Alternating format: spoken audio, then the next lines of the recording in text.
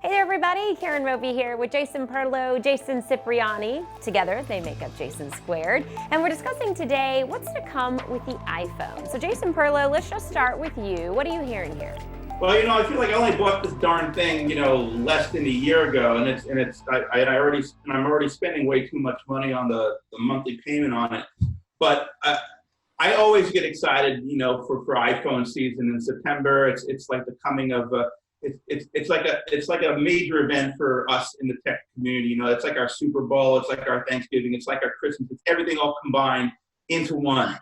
But that being said, the iPhone has already reached a very significant level of maturity, right? They've gone to completely buttonless types of configurations for the screen. It's a full bezel-less technology now. It's completely devoid of any tactile, anything or buttons or anything mechanical on the screen.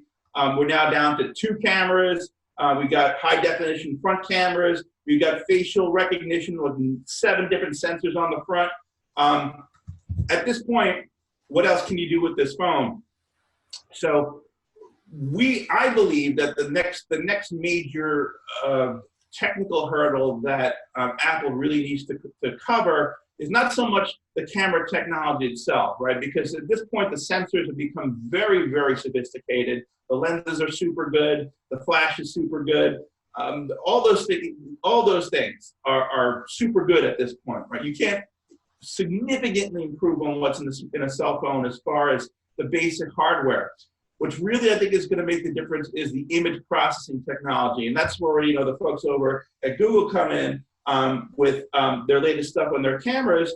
They only have a single lens on the Pixel 3, but they do have an image processing chip on the phone, which allows them to do some really sophisticated tricks, such as night mode. Their portrait mode and as well as their close-up capabilities are just so much better than what Apple has now. And much of it has to do with image processing on the phone and also image processing in the cloud, which I think is adding, and there's also ways of arranging and composing albums in the cloud and all those things that you do after you take the photo that I don't think Apple really has the advantage in right now. And I think that's where they're going to have to make some additional investments. All right, so Jason Cipriani, let's switch over to you now. What are your thoughts on what Apple needs to do in terms of the camera to stay competitive? Yeah, I absolutely agree with Jason on this one. The Pixel and even the Huawei P30 Pro and Samsung's Galaxy S10, the cameras on those phones are right on par with what Apple does currently in the iPhone XS. However, when it comes to processing that photo with night scene or night mode, whether it's on any of those devices, Apple doesn't have a solution for that. And just so everyone's aware, the night modes, what they do is they take a normal dimly lit photo and through processing on the device, create a photo that looks like it was taken in optimal lighting. Like if you've ever messed around with the Pixel 3 or Galaxy S10 with the night scene, the difference between taking a picture in a dark alley with that feature off and then with it on is mind-blowing. And the fact that Apple has yet to introduce something like that is also mind-blowing. I mean, Apple has always led the way in how great of a photo or camera their phones are, and yet here we are 2 years after Google first released night mode, and Apple is nowhere to be found on it. And so, yes, the processing is the next best thing or next big thing for Apple to tackle with their phones. We've seen some leaks and rumors of pictures where the next iPhone is going to have a square camera array on the back where possibly 3 lenses. I don't know how many more we can add to our phones than what we can do, but I guess more data means better processing. I don't know. But so, yeah, I agree, Jason. Processing and how they handle photos after it's actually captured is where Apple needs to really improve and step up their game here. Okay, so Jason Cipriani, let's stick with you here for a second. What about the security features? The rumors are about now that Touch ID is coming back. So right now the rumor is potentially that Apple is going to figure out a way to add Touch ID embedded in the screen. And when I say figure out a way, I mean, do it a different way than what we've seen OnePlus and Samsung and Huawei do in their devices that have under display or embedded fingerprint sensors in the screen.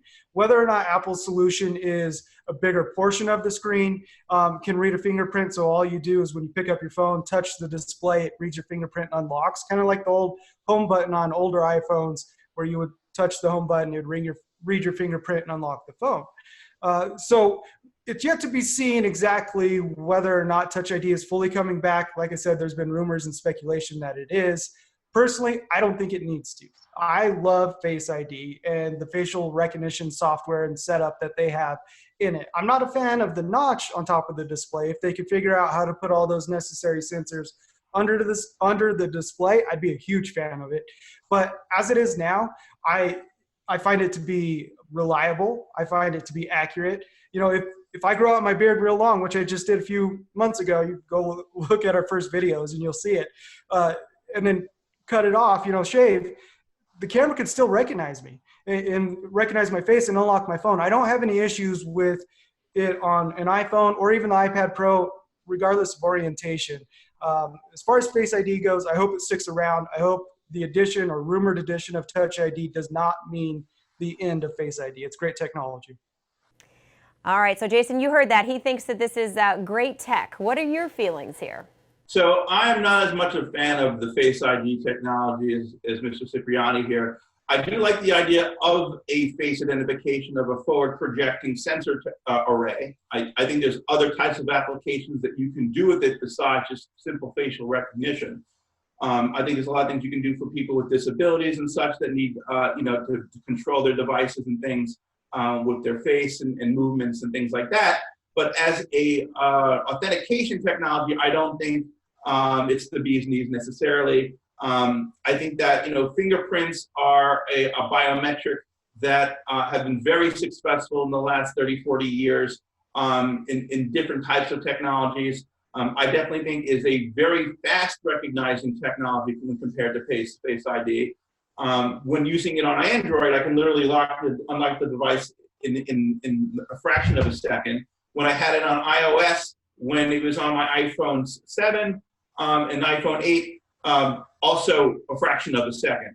So it was a very effective technology. It's still a very effective technology. Now, when I compare it with Face ID, Jason says it works for him all the time. Doesn't work for me all the time. It definitely doesn't work for my wife all the time. I wear dark sunglasses a lot when I'm driving and when I go out. Sometimes the device, it takes multiple tries before I can get it. It's also a distance issue. It's an angle alignment issue sometimes. It definitely doesn't work properly on my iPad Pro 13-inch because you have to have it on aligned this way. You can't do it this way. It's off to the side, and if you could very easily block that sensor with your finger, and then it becomes extremely frustrating. The other problem is having to do what they call the attention technology. That sensor also looks to see if your eyes are actually looking directly at the phone, and that's a security precaution because they don't want a thief to be able to take this and say, go look into this, and unlock your phone. They want you to be able to look directly at your phone and have it see that you're staring directly at it and to unlock it. That's a security mechanism. Unfortunately, that also slows down the effectiveness of the technology. So what I've actually done on my iPhone is I've turned off its attention span so that I can actually recognize my face, whether I'm looking at it this way, or my eyes are not looking directly at the phone, and it's much faster that way. It also, unfortunately, defeats some of the security aspects of having this technology in the first place. The other thing I don't like about it is when you have to go buy things from the App Store or from another vendor, and you have to effectively replicate the Touch ID gesture or action, which is to confirm the purchase. The way that this is done today is you have to double click on the side button after it recognizes your face. And it's very easy to misclick, and it's a pain in the ass. I like just touching the Sensor ID button and it's buying the thing that I want to buy. So I'm glad that if Touch ID comes back, we'll have that capability again. And the other thing that's cool about having this Touch ID is coming back, and we'll have a second factor of authentication on top of the facial identification. So when we're talking about what Apple's going to be doing with Apple Pay and Apple Card, and people wondering if their virtual Apple Card is just as secure as their physical card, well, having two factors of authentication is probably going to make it even more secure than having the physical card, right? So I am looking forward to having that second factor of authentication back real soon now. All right, Jason Perlow, let's keep you here for just a minute. We're going to switch gears a little bit, still talking about phone-related things, but the death of the lightning cord, is that on the horizon? We've been hearing this. I certainly hope so, okay? I do not like, look, I didn't like the previous connector, the old style Apple connector. That thing was horrible, that giant banded thing. And you twisted it, and these were these proprietary cables that were very expensive. That being, I mean, I understand why Apple had to create the Lightning connector, because the USB micro connector, that little trapezoid piece of junk that always bends and breaks, I mean, that thing on the bottom of like every single consumer device that you had. This is one on my vape, right? This little trapezoid thing. It snaps, it breaks. It's awful. So Apple had to create a connector that was, one, is a higher wattage capability. They needed to be able to charge at 10 watts and above to effectively charge both the iPad and the iPhone, and also other things that they have. Unfortunately, that's a proprietary connector, and they have to license it, and it costs money to the people who have to make accessories, and it's not compatible with anything else. The rest of the industry has now migrated to USB-C technology, which is this nice little ovular connector.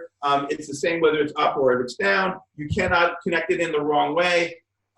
You can do it when you're drunk. You can do it when you're half asleep. You can do it in the darkness. It's phenomenal. And everything that I bought as far as mobile devices have had this. Not everything I have currently has it, but if you start looking at things like headphones and stuff like that that's coming out, they're all coming out with the USB-C connector. Laptops are USB-C. The wattage can go anywhere between 5 and 70 watts of power. So it will eventually be able to replace all different types of power cords. In fact, in the future, I see USB-C connectors going right into the wall instead of having an AC connector. It will be universal throughout the entire world as a universal power connection. Not only that, you can host devices with USB-C. So one of the cool things about the new iPad Pro, which has the USB-C connectors, you can connect the mouse, you can connect thumb drives, you can connect keyboards, and in theory, in the future, if they give it full Thunderbolt capability, you will be able to connect displays. So in the future, it would be theoretically possible with an iPad or an iPhone to be able to connect this iPhone to a display and chain with the mouse and use it as a PC. The power of the chips has gotten powerful enough that we're starting to approach PC levels of power on these devices. And they could be usable for your average consumer or maybe even your business task user as PC replacements, especially when you start talking about things using things like Citrix and other desktop connectivity technology. So I believe that USB-C is not only going to free us from all these weird proprietary connectors and open up the accessory ecosystem, but it's also going to give us new capabilities that we did not have in the past. I honestly didn't know how to get Jason Perlow upset, but now I know that we just have to mention Face ID and he's going to get fired up right away. I've never it was great. So a couple quick thoughts about USB-C and Apple fully adopting it in the iPhone, right? There's millions of iPhones sold. They're going to sell millions of iPhones if it switches to USB-C or not. But the USB-C standard is so convoluted and messed up right now that the cables and the connections aren't all aligned, right? So you buy one cable from a vendor, it's not going to be the same cable from another vendor, just based on what goes into those cables. They're not as simple as standard USB cables. So with someone like Apple throwing their weight fully behind USB-C and doing it on their most popular device, that's going to be in millions of hands, it's going to force the industry as a whole to standardize USB connections. And so I think it's better for everyone as a whole. Yes, we have it now. Yes, it's out, but the standards are all over the place and it needs to be more comprehensive and refined.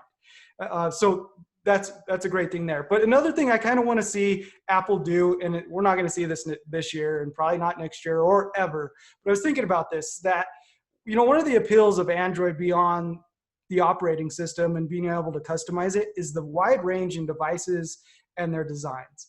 And Apple kind of started to break away from a single design this last year with the iPhone XR and the iPhone XS. I'd like to see them differentiate the devices even more. I'd like to see completely different designs between the low end and the high end, and not similar. have a 50% differently designed iPhone and give users options that still runs iOS, that still has the privacy and security and all those features that Apple touts and backs up most of the time. But give us a different form factor. Let people have an option in what the iPhone looks like that they own, instead of just colors and maybe one camera bump compared to two. But that's honestly probably will never happen. But it's something I'd love to see them do. Actually, we get our little phones back. One of the reasons why I buy the smaller form factor Pixel 3 as opposed to the larger one is I like having the ability to have a smaller phone. I mean, look at the size difference between these two guys, even with the cases on them, right? This is the XS Max, right, with 10s Max, which is the biggest one they got, and this is the Pixel 3, right? So there's a significant, and these are both with OtterBox cases on them, right? But you can see from the form factor size, this is significantly bigger. The footprint is much larger than the smaller phone. Now, Apple used to make much smaller phones. The iPhone 4 and the iPhone 5 were cute little phones. People put off upgrading those phones for a very long time because there wasn't an equivalent for them to go to that had better capabilities as far as the processor and whatnot with the same size screen. The iPhone SE was a very successful device. People are buying them up like crazy right now. They can still find, still actually a pretty good buy. I think you can get them for like 150, 160 bucks, and I think they can even take the latest operating system. Or I'm not sure. They can. Yeah. So they are quite in demand if you can find them, and they still work pretty good. I really want to see Apple introduce a new version of the SE with the in-screen Touch ID. Maybe they can abandon the Face ID part of it. Just so they can serve on parts, with the quantum processor, with an updated camera, yada yada, and USB-C. That would be a killer device, in the $600, something odd price point. I think all the fashionable girls like myself that they just want to stuff it into our pocketbooks, or our tactical, what do we call them, tactical day bags or gadget bags, or whatever I like to tell people. But my thing is fanny pack. Yeah, my fanny pack. I want to be able to just stuff it into my fanny pack for the day and go out, with my lipstick and and whatnot, just so that I don't have all this stuff that I need to carry around and it isn't bulking up my bag and whatnot. So I would love to have one of those as a third device, potentially even replace my big iPhone, and I think it would be an extremely popular offering if they brought it back.